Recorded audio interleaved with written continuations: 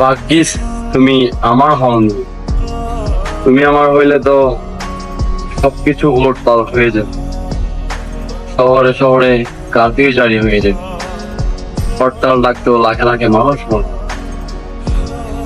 তৃতীয় বিশ্বযুদ্ধ মনে হয় এবার হয়ে যেত। ভাগ্যিস তুমি আমার হওনি। শুধু তুমি আমার হইলে দেশে দুর্ভিক্ষ লাগতো সেই কবে। দেশ দুই হইতাম তুমি আর আমি।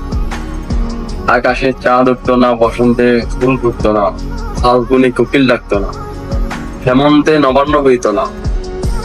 কত ক্ষতি হয়ে যাইতো, তাই না? ভাগ্যিস তুমি আমার হও।